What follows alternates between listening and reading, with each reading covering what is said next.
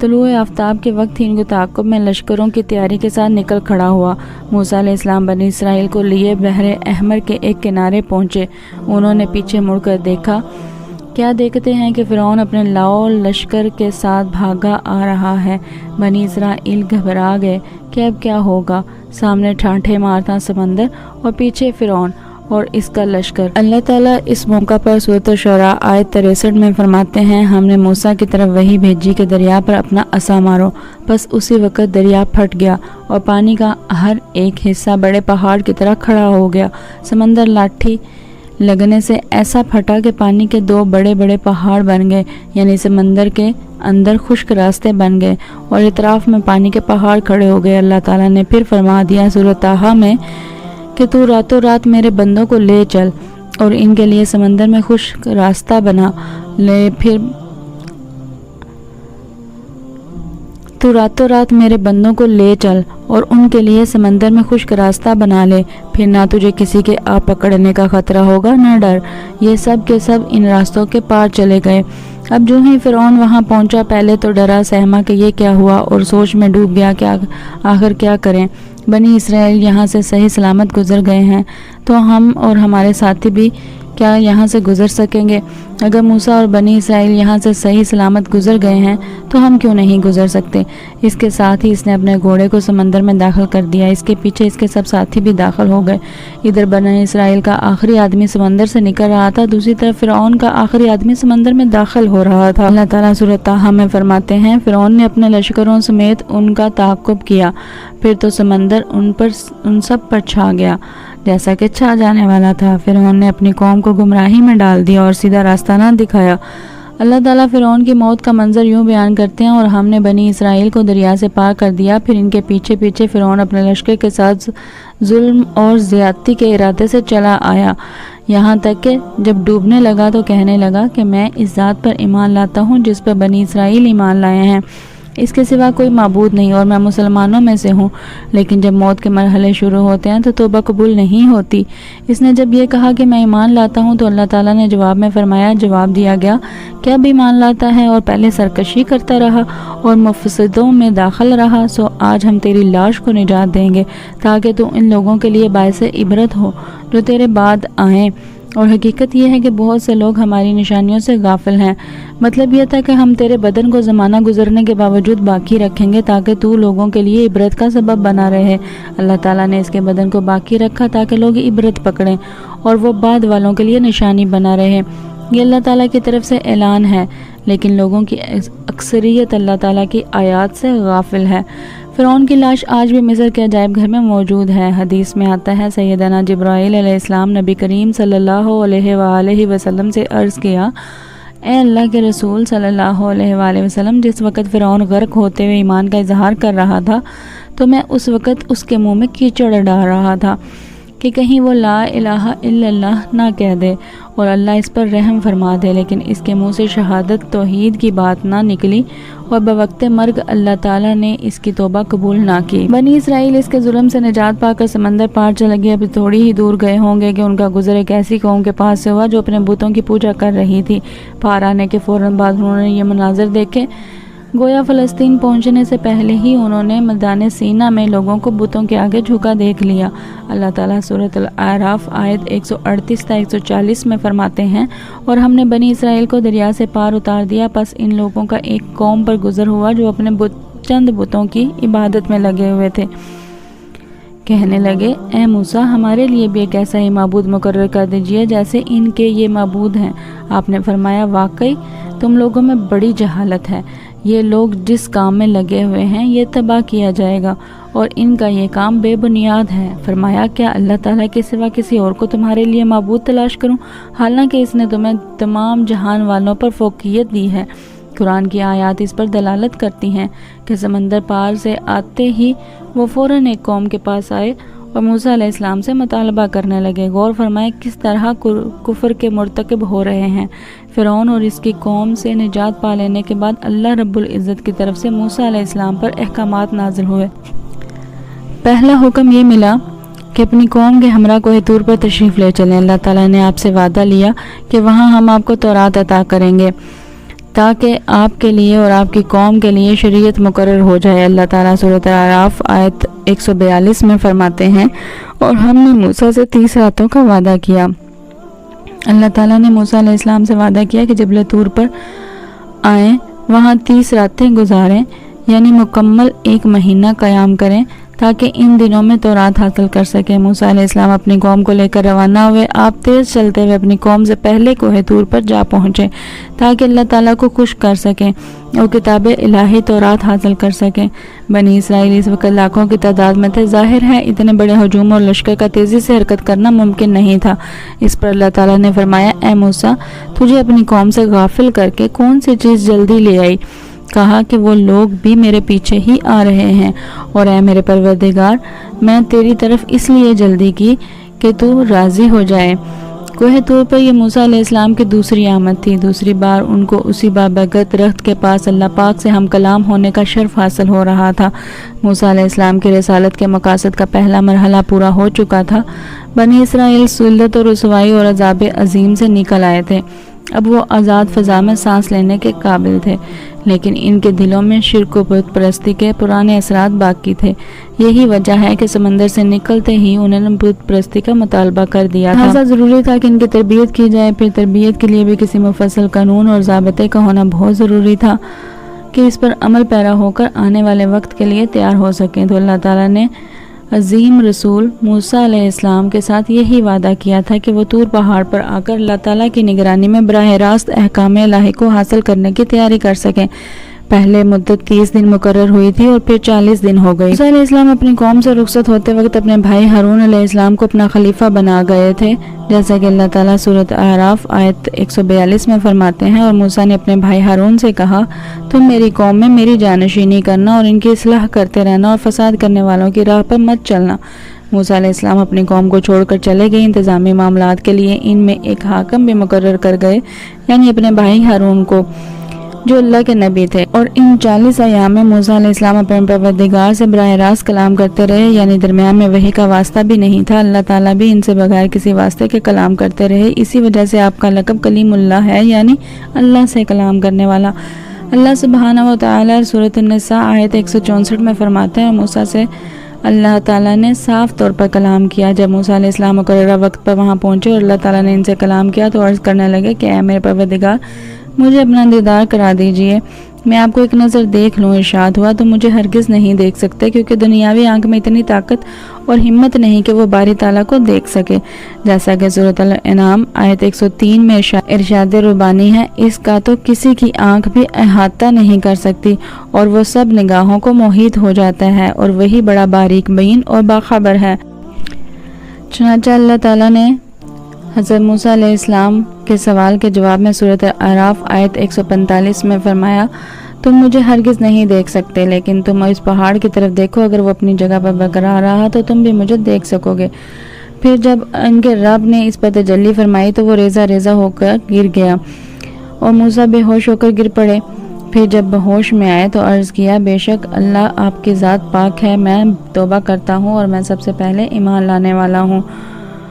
مضبوط پہاڑ حرکت میں آیا اور ریزہ ریزہ ہو گیا، چنانچہ آپ ہوش و حواس قائم نہ رکھ سکے اور بے ہوش ہو گئے۔ ہوش میں آئے تو فوراً اپنے سوال پر شرمندہ ہوئے، غلطی کا اعتراف کرتے ہوئے معافی کے طالب ہوئے۔ جواب میں اللہ تعالیٰ نے فرمایا، اے موسیٰ، میں نے پیغمبری اور اپنی ہم کلامی سے تمہیں تمام لوگوں پر امتیاز بخشا ہے، تو جو کچھ میں نے تمہیں عطا کیا ہے اس کو تھام لو اور شکر گزاروں میں سے ہو جو۔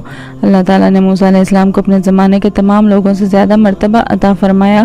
اس کے بعد اللہ تعالیٰ نے آپ کو تختیوں میں لکھی تورات عطا فرمائی۔ اللہ تعالیٰ سورۃ اعراف آیت 145 میں فرماتے ہیں، اور ہم نے چند تختیوں پر ہر قسم کی نصیحت اور ہر چیز کی تفصیل ان کو لکھ کر دی، تم ان کو قوت کے ساتھ پکڑ لو اور اپنی قوم کو حکم کرو کہ ان کے اچھے اچھے احکام پر عمل کریں، ان قریب میں تم لوگوں کو ان فاسقوں کا گھر دکھلاؤں گا۔ یہ تختیاں کس چیز کی تھیں اس کے متعلق کوئی موزوں بات ثابت نہیں، البتہ مفسرین کے مختلف اقوال ہیں۔ بعض کہتے ہیں یہ تختیاں جواہر کی تھیں، اور بعض کہتے ہیں یہ تختیاں پتھر کی تھیں۔ موسیٰ علیہ السلام نے 40 دنوں میں تورات کے اندر لکھے ہوئے اللہ کے احکامات حفظ کر لیے۔ ادھر موسیٰ علیہ السلام کا ان کی قوم انتظار کر رہی تھی، اس دوران وہ ایک آزمائش میں مبتلا ہو گئے۔ اللہ سے ملاقات کی مدت پوری کرنے کے بعد موسیٰ علیہ السلام نے واضح و نصیحت سے بھرپور تختیاں اٹھا لیں۔ ان میں اللہ کے احکامات بھی تھے اور بنی اسرائیل کی شریعت بھی تھی، اسی کو تورات کہا جاتا ہے۔ ان کو اٹھا کر موسیٰ علیہ السلام اپنی قوم کی طرف واپس لوٹے۔ اللہ تعالیٰ سورۃ الاعراف آیت 145 میں فرماتے ہیں، اور ہم نے چند تختیوں پر ہر قسم کی نصیحت اور ہر چیز کی تفصیل ان کو لکھ کر دی، تم ان کو قوت کے ساتھ پکڑ لو، اپنی قوم کو حکم کرو کہ ان کے اچھے اچھے احکام پر۔ جب 30 دن گزر گئے اور حسب وعدہ موسیٰ علیہ السلام نہ لوٹے تو وہ غمگین رہنے لگے۔ ہارون علیہ السلام نے ان کو اکٹھا کیا اور فرمایا کہ اے بنی اسرائیل، جب تم مصر سے چلے تھے تو قبطیوں کے پیسے اور رقوم وغیرہ ہم میں سے بعض پر ادھار تھیں، اسی طرح ان کی امانتیں بھی تمہارے پاس رہ گئی ہیں۔ ہم ان چیزوں کو انہیں واپس تو نہیں کر سکتے، لیکن میں یہ نہیں چاہتا کہ وہ ہماری ملکیت میں رہیں، اس لیے تم ایک گہرا گڑھا کھودو اور جو مال و اسباب و زیورات اور سونا چاندی وغیرہ ہیں ان کا تمہارے پاس ہے، اس میں ڈالو اور آگ لگا دو۔ چنانچہ اسی طرح کیا گیا۔ اس دوران ان کے ساتھ سامری نامی ایک شخص تھا، یہ تھا تو گائے کا پجاریوں میں سے، لیکن پڑوسی ہونے کے ناطے یہ بھی بنی اسرائیل میں ہی شمار ہوتا تھا۔ اس نے جبرائیل علیہ السلام کے گھوڑے کو گزرتے ہوئے دیکھا اور اس کے قدموں کے نیچے سے مٹی اٹھا لی تھی۔ ہارون علیہ السلام نے اسے کہا کہ تو اسے پھینک دے۔ یہ کہنے لگا کہ یہ تو وہ چیز ہے جس نے تمہیں دریا پار کروایا ہے، میں اسے اس شرط پر ڈالنے کے لیے تیار ہوں کہ آپ اللہ سے دعا کریں کہ اس سے وہ بن جائے جو میں چاہتا ہوں۔ ہارون علیہ السلام نے دعا کی۔ انہوں نے سوچا انتظار کر لیتے ہیں، وہ 30 دن کا وعدہ کر گئے تھے، کچھ زائد دن لگ گئے تو اس کی کوئی خاص وجہ ہوگی، کیونکہ اللہ کا نبی وعدہ خلافی نہیں کرتا، یقیناً کوئی خاص وجہ ہے، ممکن ہے سامری بھی حق پر ہو۔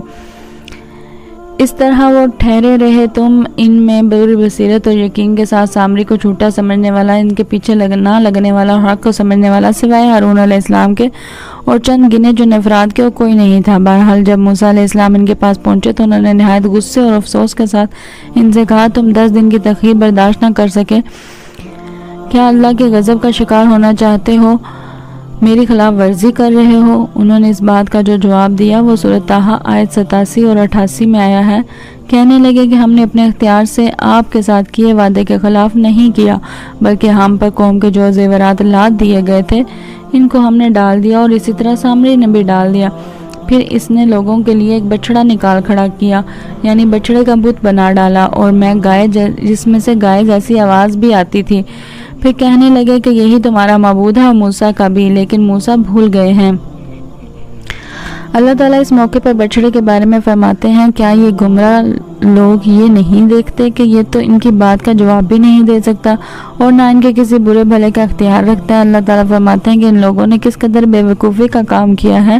وہ بچڑا جو ان کی باتوں کا جواب تک نہیں دے سکتا اور نہ کسی قسم کے نفع اور نقصان کا اختیار رکھتا ہے، وہ صرف اس کی آواز سن کر اس کی پوجا پر بضد ہو گئے۔ ہارون علیہ السلام ان کو روکتے رہے اور ان کی طرف دعوت دیتے رہے، لیکن اس کے باوجود وہ بچڑا پرستی پر اصرار کرتے رہے۔ اللہ تعالیٰ فرماتے ہیں، اور ہارون نے ان سے پہلے ہی کہہ دیا تھا کہ اے میری قوم، اس بچڑے سے تو صرف تمہاری آزمائش کی گئی ہے، تمہارا حقیقی پروردگار تو اللہ تعالیٰ ہی ہے، لہٰذا تم سب میری پیروی کرو اور میری بات مانتے چلے جاؤ۔ انہوں نے جواب دیا کہ موسیٰ کی واپسی تک تو ہم اسی کے مجاور بنے بیٹھے رہیں گے۔ موسیٰ علیہ السلام نے یہ ماجرا دیکھا تو اپنے بھائی ہارون پر بگڑے، ان کے سر کے بالوں اور داڑھی کو پکڑ کر کھینچنے لگے۔ ان کی طبیعت میں سختی تھی، جبکہ ہارون علیہ السلام بہت نرم مزاج تھے۔ ہارون علیہ السلام ان سے بہت نرم برتاؤ کرتے تھے۔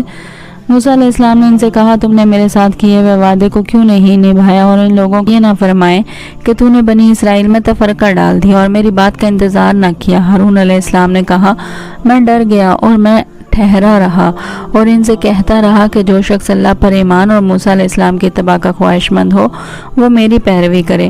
میں آپ کے پاس اس لیے نہ آیا اور ان کے پاس ٹھہرا رہا، صرف اس لیے کہ اگر میں آپ کے پاس آتا تو بنی اسرائیل 2 فرقوں میں بٹ جاتے، ایک گروہ ان میں سے بچڑے کی پوجا کر رہا ہوتا اور دوسرا میرے ساتھ آپ کے پاس آ جاتا، تو آپ مجھ پر کہیں یہ اعتراض نہ کرتے کہ تو نے بنی اسرائیل کو فرقہ فرقہ کر دیا اور میرے احکامات کا انتظار نہ کیا اور پہلے ہی بھاگ آیا۔ سورۃ اعراف آیت 150 میں ہے، اور موسیٰ نے تورات کی تختیاں رکھ دیں اور اپنے بھائی کا سر پکڑ کر انہیں اپنی طرف گھسیٹنے لگے،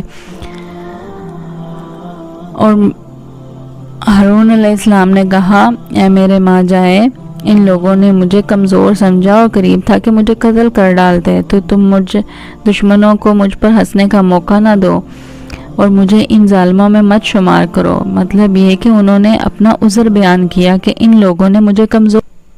تو موسیٰ علیہ السلام سامنے کی طرف متوجہ ہوئے اور ان سے پوچھا کہ سامری تم نے یہ کام کیوں کیا اور کس طرح تو نے بچھڑے سے آواز نکالی؟ اس نے جو جواب دیا، سورۃ طٰہٰ آیت 96 میں اس کا ذکر ہے۔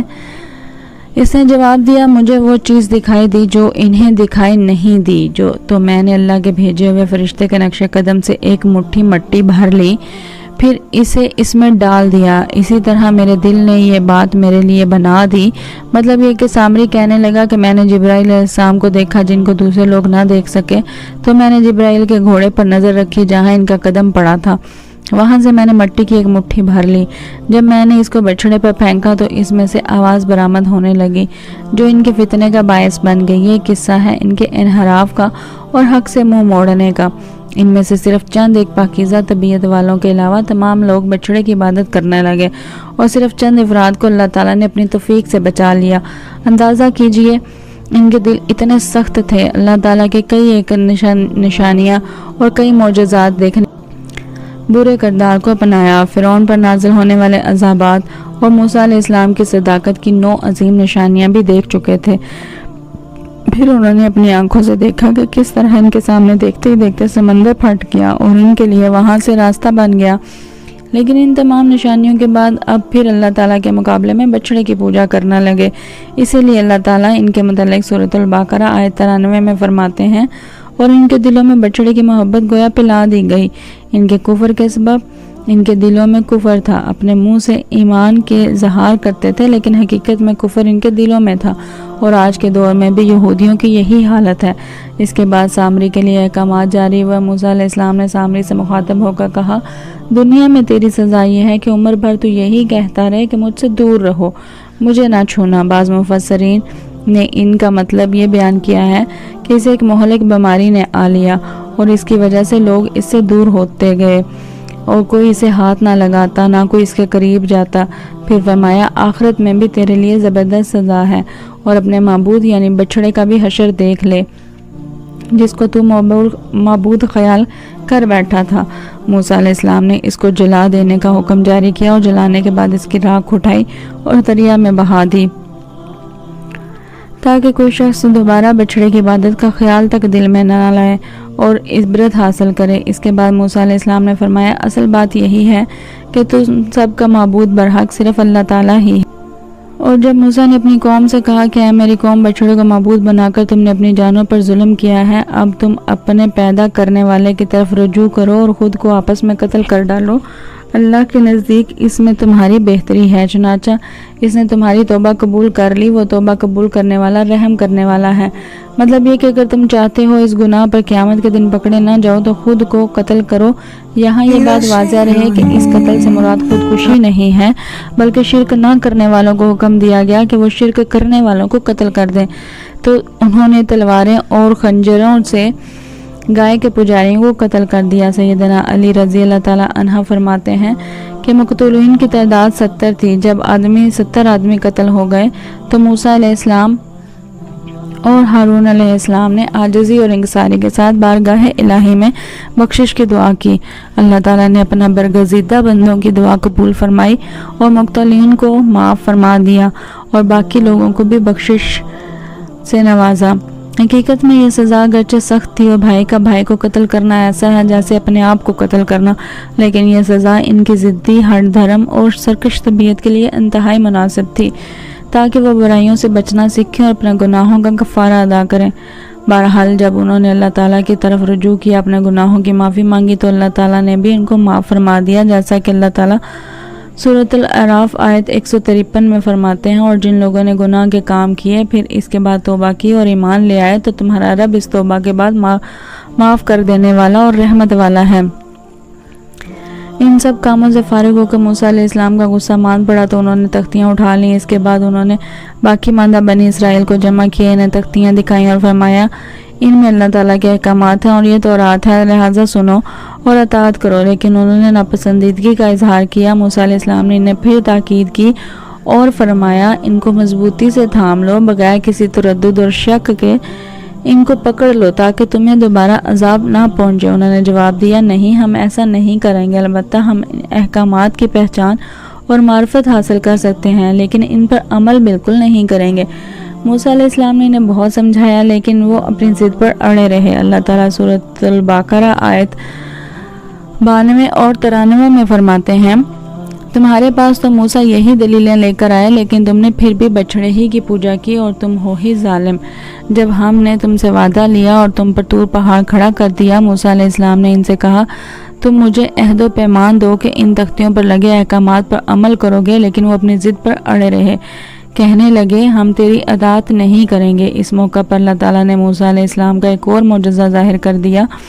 ان کے دیکھتے ہی دیکھتے طور پہاڑ زمین پر ہلنے لگا، حرکت کرنے لگا، پھر سب نے دیکھا کہ وہ اپنی جگہ سے اڑا اور ہوا میں تیرنے لگا، پھر ان کے سر پر آ پہنچا۔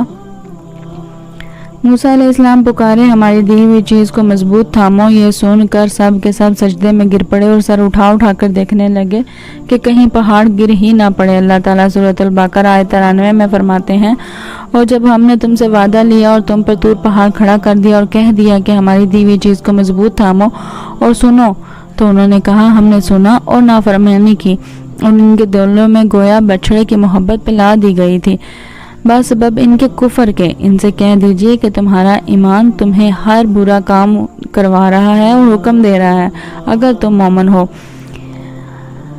اسی طرح سورۃ الاعراف آیت 173 میں اللہ تعالیٰ فرماتے ہیں، اور وہ وقت بھی قابل ذکر ہے جب ہم نے پہاڑ کو اٹھا کر سائبان کی طرح ان کے اوپر معلق کر دیا اور انہیں یقین ہو گیا تھا کہ وہ اب ان پر گرنے والا ہے، اور ہم نے ان سے کہا کہ جو کتاب ہم نے تمہیں دی ہے اس کو مضبوطی کے ساتھ قبول کرو اور ان کے احکامات کو یاد رکھو اور ان پر عمل کرو تاکہ تم متقی بن جاؤ۔ ابن عباس رضی اللہ تعالیٰ عنہ فرماتے ہیں کہ جب اللہ تعالیٰ نے تورات نازل فرمائی اور موسیٰ علیہ السلام نے اپنی قوم کو حکم دیا کہ تورات کو قبول کریں اور اس کے احکامات پر عمل کریں، لیکن بنی اسرائیل نے چند پرمشقت احکامات کی وجہ سے اسے ماننے سے انکار کر دیا، تو اللہ تعالیٰ نے جبرائیل علیہ السلام کو حکم دیا کہ طور پہاڑ کو ان کے سروں پر لا کھڑا کرو۔ چنانچہ جبرائیل علیہ السلام نے طور پہاڑ کو ان کے سروں پر لا کر کھڑا کر دیا اور ان سے کہا گیا کہ اگر تم نے تورات کو قبول نہ کیا تو یہ پہاڑ تم پر گرا دیا جائے گا۔ چنانچہ وہ سب کے سب سجدے میں گر گئے۔ پھر موسیٰ علیہ السلام نے اپنی قوم سے 70 برگزیدہ افراد منتخب کیے اور بچھڑے کی عبادت کے عظیم جرم کی توبہ اور معذرت کے لیے ان کو لے کر طور پہاڑ پر چلے گئے تاکہ اللہ سے ہم کلام ہو سکیں۔ اور جب یہ وہاں پہنچے تو انہیں زلزلے نے آ پکڑا، تو موسیٰ علیہ السلام عرض کرنے لگے، اے میرے پروردگار، اگر تو چاہتا تو اس سے پہلے ہی انہیں اور مجھے ہلاک کر دیتا، کیا تو ہم میں سے چند بے وقوفوں کی حرکت پر سب کو ہلاک کر دے گا؟ یہ واقعہ تیری طرف سے محض ایک امتحان ہے، ایسا امتحان جس کو تو چاہے گمراہی میں ڈال دیتا ہے اور جسے چاہے ہدایت پر قائم رکھتا ہے۔ تو ہی بہتر معاف کرنے والا ہے، اور ہمارے لیے دنیا میں بھی اچھائی لکھ دے اور آخرت میں بھی ہم تیری ہی طرف رجوع کرتے ہیں۔ اللہ نے فرمایا، میں اپنا عذاب اسی طرح واقع کرتا ہوں جس پر چاہتا ہوں، اور میری رحمت ہر چیز پر چھائی ہوئی ہے۔ اللہ نے فرمایا، میں اپنا عذاب اسی پر واقع کرتا ہوں جس پر چاہتا ہوں، اور میری رحمت ہر چیز پر چھائی ہوئی ہے۔ تو میں وہ رحمت ان لوگوں کے نام ضرور لکھوں گا جو اللہ سے ڈرتے ہیں اور زکوٰۃ ادا کرتے ہیں اور جو ہماری آیات پر ایمان رکھتے ہیں۔ بہرحال اللہ تعالیٰ نے اپنی رحمت فرمائی اور انہیں بخش دیا۔ موسیٰ علیہ السلام جن 70 آدمیوں کو ساتھ لے گئے تھے وہ اس گفتگو کو سن رہے تھے۔ گفتگو کے بعد جب وہ موسیٰ علیہ السلام لوٹنے لگے تو وہ تمام بول اٹھے، اے موسیٰ، تو نے تو ہم سے وعدہ کیا تھا کہ اللہ سے ملاقات کریں گے، لہٰذا ہم بھی اللہ کو آمنے سامنے دیکھ کر ہی تجھ پر ایمان لائیں گے۔ اللہ تعالیٰ سورۃ البقرہ آیت 55 میں فرماتے ہیں، اور تم اس وقت کو بھی یاد کرو جب تم نے موسیٰ سے کہا تھا کہ جب تک ہم اپنے رب کو سامنے نہ دیکھ لیں ہرگز ایمان نہ لائیں گے۔ جس گستاخی کی سزا میں تم پر تمہارے دیکھتے ہی دیکھتے بجلی گر پڑی، یہ وہ لوگ تھے جو بنی اسرائیل میں سے چنے ہوئے تھے اور صاحب شرف و فضیلت تھے۔ وہ کتنا بڑا سوال کر رہے تھے۔ موسیٰ علیہ السلام نے انہیں ڈرایا کہ اللہ سے ڈرو، یہ ناممکن ہے، ایسی خواہش نہ کرو، لیکن وہ نہ مانے۔ تب اللہ تعالیٰ نے ایک بجلی کو حکم دیا، وہ ان پر آ گری اور یہ سب آن کی آن میں لقمہ اجل بن گئے۔ اب موسیٰ علیہ السلام وہاں حیران پریشان کھڑے رہ گئے۔ قوم کے سب سے بہترین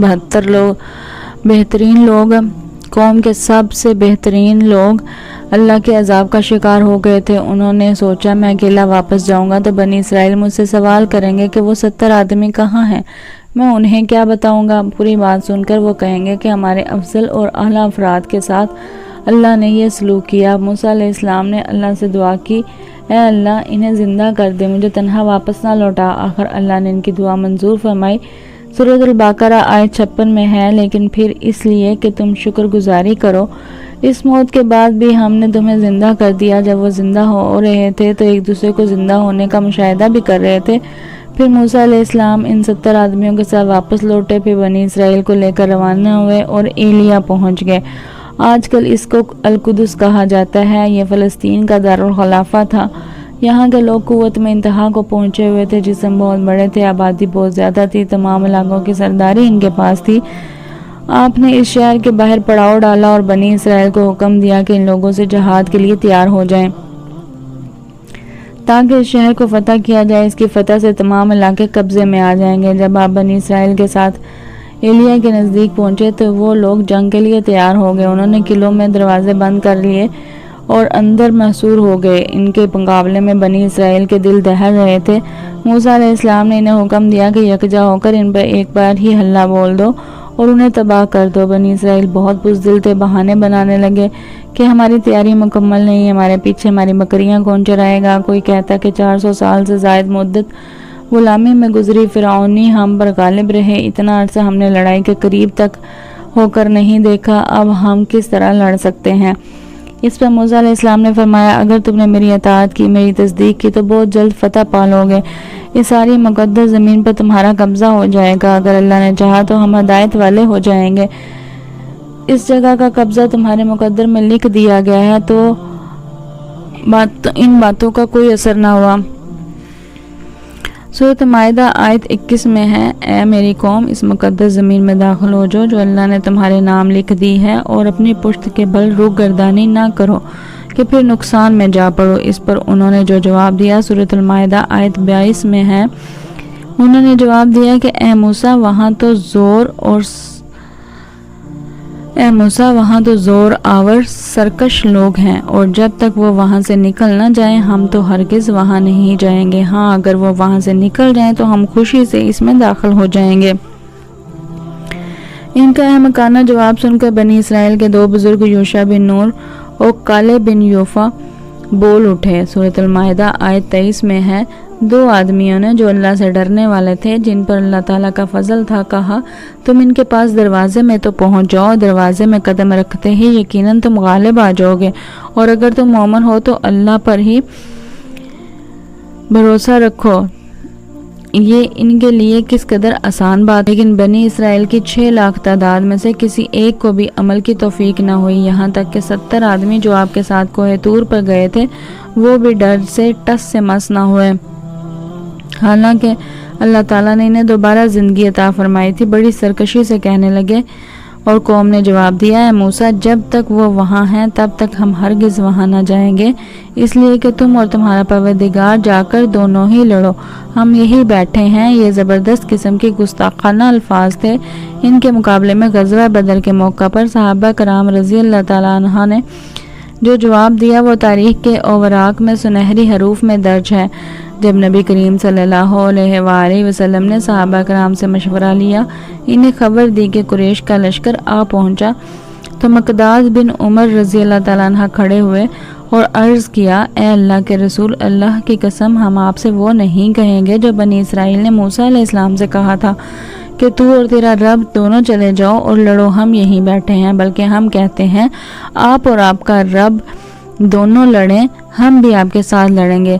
اس ذات کی قسم جس نے آپ کو حق کے ساتھ محبوس فرمایا ہے، اگر آپ ہم کو بحر ظلمات تک بھی لے جائیں گے تو ہم راستے والوں سے لڑتے بھڑتے آپ کے ساتھ وہاں تک بھی چلیں گے۔ کتنا عظیم فرق ہے موسیٰ علیہ السلام کے صحابہ میں اور نبی کریم صلی اللہ علیہ وآلہ وسلم کے صحابہ کرام میں۔ یہ صورتحال دیکھ کر موسیٰ علیہ السلام نے دعا کی۔ موسیٰ علیہ السلام کہنے لگے، مجھے تو سوائے اپنے اور اپنے بھائی کے کسی اور پر کوئی اختیار نہیں، تو ہم میں اور ان نافرمانوں میں جدائی ڈال دے۔ چنانچہ اللہ تعالیٰ نے فوراً ہی بنی اسرائیل کے لیے ایک اور آزمائش اور سزا کا فیصلہ فرمایا۔ ارشاد ہوا کہ اب زمین ان پر 40 سال تک حرام کر دی گئی ہے، یہ خانہ بدوش لوگوں کی طرح ادھر ادھر سرگرداں پھرتے رہیں گے، اس لیے تم ان فاسقوں کے بارے میں غمگین نہ ہونا۔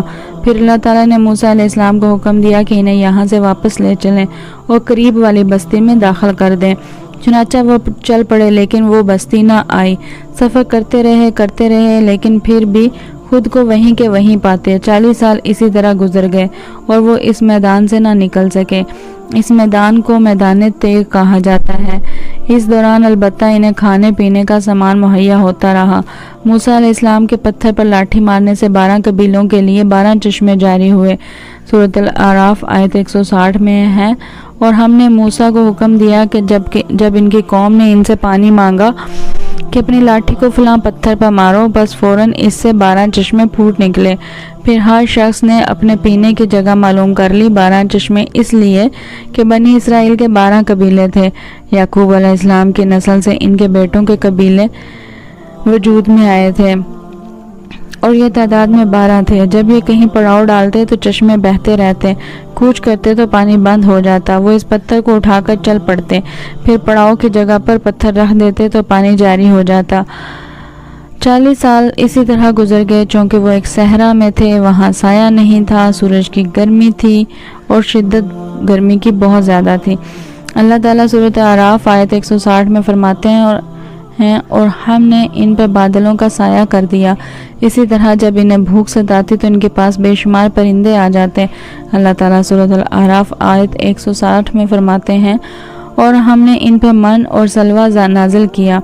ان 40 سالوں میں کچھ اہم واقعات بھی پیش آئے، ان میں سب سے مشہور قصہ گائے والا ہے۔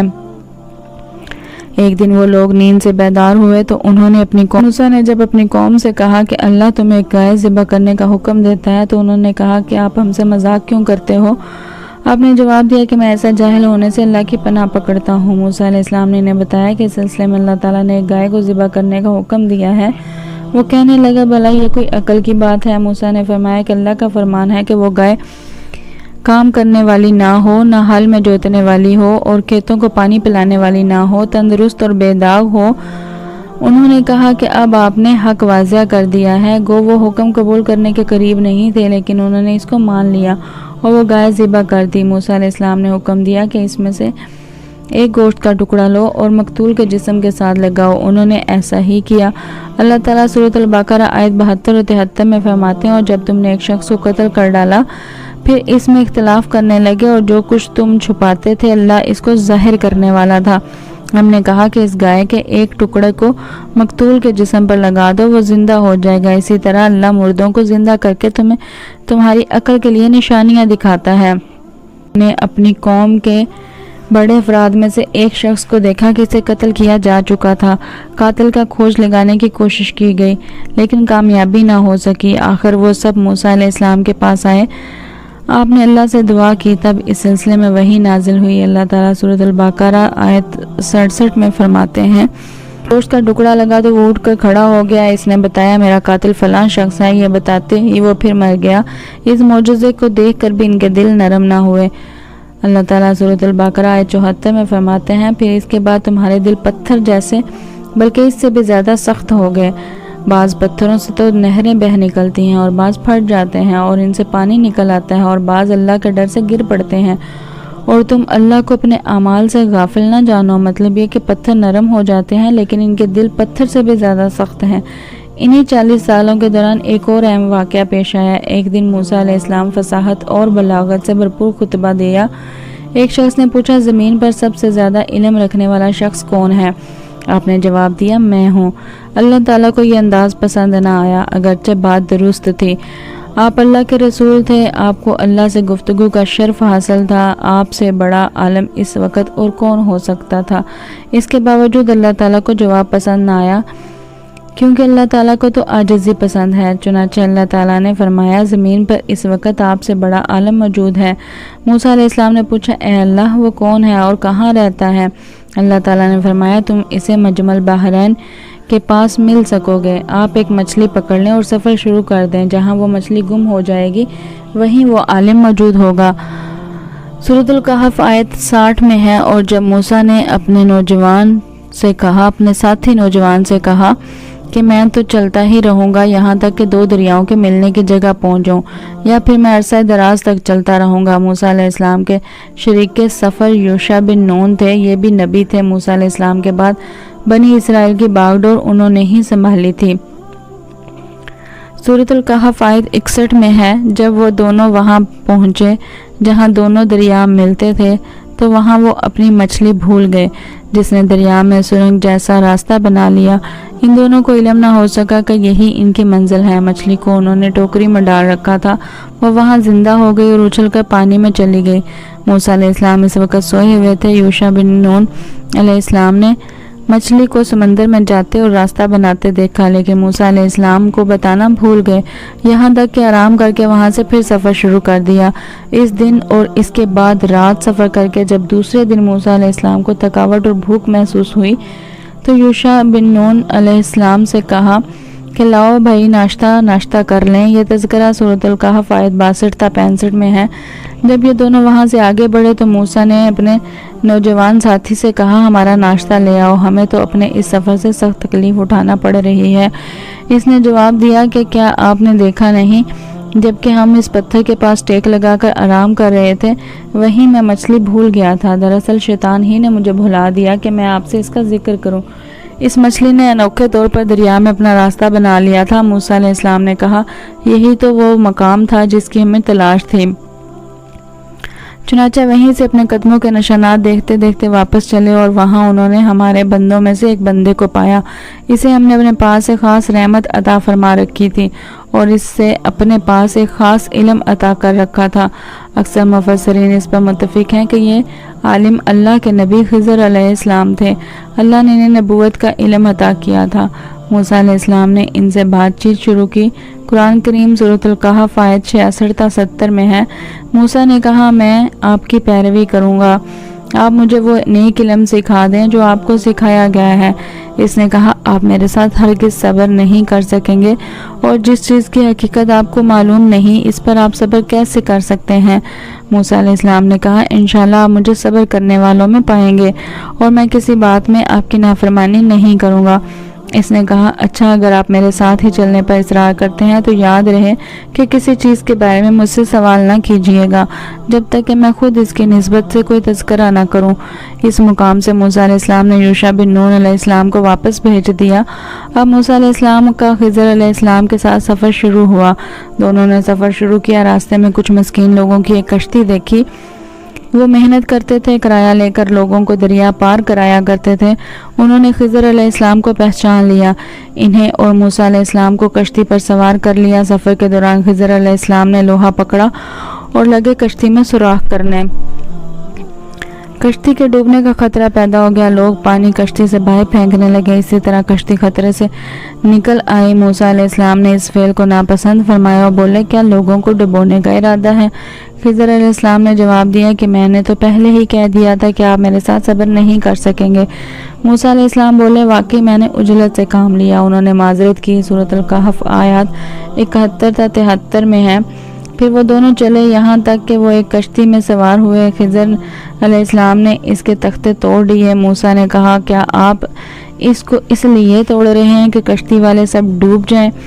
یہ تو آپ نے ایک بہت بڑی خطرناک بات کر دی۔ خضر نے جواب دیا کہ میں نے پہلے ہی تجھے سے کہہ دیا تھا کہ آپ میرے ساتھ ہرگز صبر نہیں کر سکیں گے۔ موسیٰ نے جواب دیا کہ میری بھول پر مجھے نہ پکڑیں۔ سورۃ الکہف اللہ تعالیٰ فرماتے ہیں پھر دونوں چلے یہاں تک کہ وہ ایک لڑکے کو ملے، خضر نے اسے مار ڈالا۔ موسیٰ علیہ السلام بولے کیا آپ نے ایک بے گناہ کی جان لی اور وہ بھی کسی کے خون کے بدلے میں کے بغیر؟ یہ تو آپ نے بڑی بیجا اور ناپسندیدہ حرکت کی۔ وہ کہنے لگے میں نے آپ سے کہا نہیں تھا کہ آپ میرے ساتھ رہ کر ہرگز صبر نہیں کر سکیں گے؟ موسیٰ نے جواب دیا اب اگر میں آپ سے کسی چیز کے بارے میں سوال کروں تو بے شک مجھے اپنے ساتھ نہ رکھیے گا، یقیناً آپ میری طرف سے حد عذر کو پہنچ چکے ہیں۔ ایک بار پھر سفر شروع ہوا۔ سورۃ الکہف آیت 73 تا 78 میں ہے، پھر دونوں چلے ایک گاؤں کے پاس آ کر ان سے کھانا طلب کیا. انہوں نے ان کی مہمانداری سے صاف انکار کر دیا. بس دونوں نے وہاں ایک دیوار کو دیکھا جو گرنے کے قریب تھی. اس نے اسے ٹھیک کر اور درست کر دیا. موسیٰ کہنے لگے اگر آپ چاہتے تو اس کی اجرت لے سکتے تھے، لیکن اس نے کہا بس اب آپ کے اور میرے درمیان جدائی ہے. اب میں ان باتوں کی حقیقت بتاؤں گا جن پر آپ صبر نہ کر سکے. اب انہوں نے وضاحت کی. سورۃ الکہف آیت 79 میں ہے، کشتی چند مسکینوں کی تھی جو دریا میں کام کاج کرتے تھے. میں نے اس میں کچھ توڑ پھوڑ کرنے کا ارادہ کر لیا کیونکہ ان کے آگے ایک بادشاہ تھا جو ہر ایک صحیح سالم کشتی کو جبراً ضبط کر لیتا تھا. پھر انہوں نے دوسرے واقعے کے متعلق بتایا. سورۃ الکہف آیت 80 اور 81 میں ہے، اور اس لڑکے کے ماں باپ ایماندار تھے. ہمیں خوف ہوا کہ کہیں یہ انہیں اپنی سرکشی اور کفر سے عاجز اور پریشان نہ کر دے، اس لیے ہم نے چاہا کہ انہیں ان کا پروردگار اس کے بدلے میں ان سے بہتر اور پاکیزہ اولاد عطا فرما دے.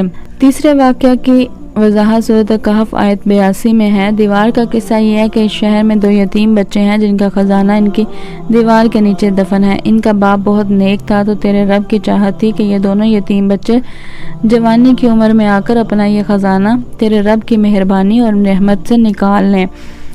ان تینوں قصص اور معاملات کی وضاحت کرنے کے بعد خضر علیہ السلام ایک عظیم امر بیان کرتے ہوئے فرماتے ہیں. سورۃ الکہف آیت 82 میں ہے، میں نے اپنی رائے سے کوئی کام نہیں کیا. یہ تھی اصل حقیقت ان واقعات کی جن پر آپ صبر نہ کر سکے. اللہ تعالیٰ نے خضر علیہ السلام کو بعض امور غیب پر اطلاع دے دی تھی اور وحی کے ذریعے ان پر چند غیبی معاملات ظاہر فرما دیے. اس طرح وہ جان گئے کہ وہ بادشاہ نئی کشتیاں غصب کر لیتا ہے اور وہ بچہ بڑا ہو کر سرکش بنے گا اور دونوں بچے بڑے ہو کر اپنا خزانہ نکال لیں گے. یہ امور علم نبوت کی وجہ سے واقع ہوئے تھے. اپنی طرف سے خضر علیہ السلام نے یہ تصرفات نہیں کیے تھے. یہ علم انسان کی ذات کی طرف سے نہیں ہوتا، نہ ہی ہر انسان کو یہ علم حاصل ہو سکتا ہے. یہ تو صرف انبیاء کرام کو اللہ تعالیٰ کی جانب سے حاصل ہوتا ہے. وہ جسے چاہتا ہے عطا کرتا ہے، جیسا کہ یہ علم موسیٰ علیہ السلام کو عطا نہیں فرمایا اور خضر علیہ السلام کو بتلا دیا. بنی اسرائیل میدان تیغ میں 40 سال تک مسلسل محصور رہے. اسی اثناء میں ہارون علیہ السلام وفات پا گئے. انہیں اس میدان میں دفن کیا گیا اور ان کی وفات کے صرف 2 سال بعد موسیٰ علیہ السلام بھی وفات پا گئے. ان کی وفات بھی اسی میدان میں ہوئی. امام بخاری رحمۃ اللہ علیہ نے ابو ہریرہ رضی اللہ تعالیٰ عنہ سے ایک روایت نقل کی ہے. ابو ہریرہ رضی اللہ تعالیٰ عنہ بیان کرتے ہیں کہ ملک الموت کو موسیٰ علیہ السلام کی طرف روانہ کیا گیا. جب وہ آئے تو موسیٰ علیہ السلام نے انہیں ایک تمانچہ مارا. وہ پروردگار کے پاس واپس لوٹ گئے اور عرض کیا، باری تعالیٰ تو نے مجھے ایسے بندے کے پاس بھیج دیا جو مرنا نہیں چاہتا. اللہ تعالیٰ نے فرمایا تو پھر ان کے پاس جا اور ان سے کہہ کہ ایک بیل کی پشت پر اپنا ہاتھ رکھیں. جتنے بال ان کے ہاتھ کے نیچے آئیں گے اتنے برس ہی انہیں زندگی مل جائے گی. موسیٰ علیہ السلام نے عرض کیا، پروردگار پھر اس کے بعد کیا ہوگا؟ فرمایا پھر بھی مرنا ہے. تب موسیٰ علیہ السلام نے عرض کیا تو پھر ابھی صحیح. پھر انہوں نے اللہ تعالیٰ سے دعا کی کہ انہیں مقدس زمین یعنی بیت المقدس سے ایک پتھر پھینکنے کی مقدار کے برابر قریب جگہ پر دفنا دیا جائے. ابو ہریرہ رضی اللہ تعالیٰ عنہ فرماتے ہیں کہ نبی کریم صلی اللہ علیہ وآلہ وسلم نے فرمایا، اگر میں وہاں ہوتا تو تمہیں موسیٰ علیہ السلام کی قبر بتا دیتا. وہ راستے کے کنارے سرخ ٹیلے کے نیچے ہیں. اس حدیث کو امام بخاری نے صحیح بخاری میں نقل کیا ہے. بیان کیا ہے، معلوم ہوا کہ انبیاء کرام کو موت کے وقت اختیار دیا جاتا ہے کہ دنیا میں اور رہنا چاہتے ہیں تو رہ سکتے ہیں، لیکن آخر موت ہے. سورۃ الزمر آیت 30 میں اللہ تعالیٰ نے نبی کریم صلی اللہ علیہ وآلہ وسلم سے فرمایا، یقیناً خود آپ کو بھی موت کا مزہ چکھنا ہے اور یہ سب بھی مرنے والے ہیں. موسیٰ علیہ السلام کی قبر بیت المقدس کی طرف جانے والے راستے کے کنارے پر ہے اور صرف اتنی دور ہے کہ جتنی دور پتھر پھینکا جا سکے. آپ کی قبر سرخ ٹیلے کے نشیب میں ہے. اللہ تعالیٰ نے آپ کو مسجد اقصیٰ کے قریب دفن ہونا نصیب فرمایا اور اس طرح اللہ کے 2 عظیم اور کریم نبیوں کا قصہ اپنے اختتام کو پہنچا. جی تو ناظرین و سامعین، مجھے امید ہے کہ آج کی یہ ویڈیو آپ کو کافی انفارمیٹیو لگی ہوگی اور پسند آئی ہوگی. اگر ویڈیو میں آپ کو کچھ بھی اچھا لگا ہو تو پھر اپنی پسندیدگی کا اظہار اس ویڈیو کو لائک کر کے اور شیئر کر کے ضرور کیجیے گا. آپ اپنی رائے کا اظہار کمنٹ باکس میں بھی کر سکتے ہیں. مزید اس طرح کی ویڈیوز کے لیے آپ ہمارے چینل کو ضرور سبسکرائب کیجیے.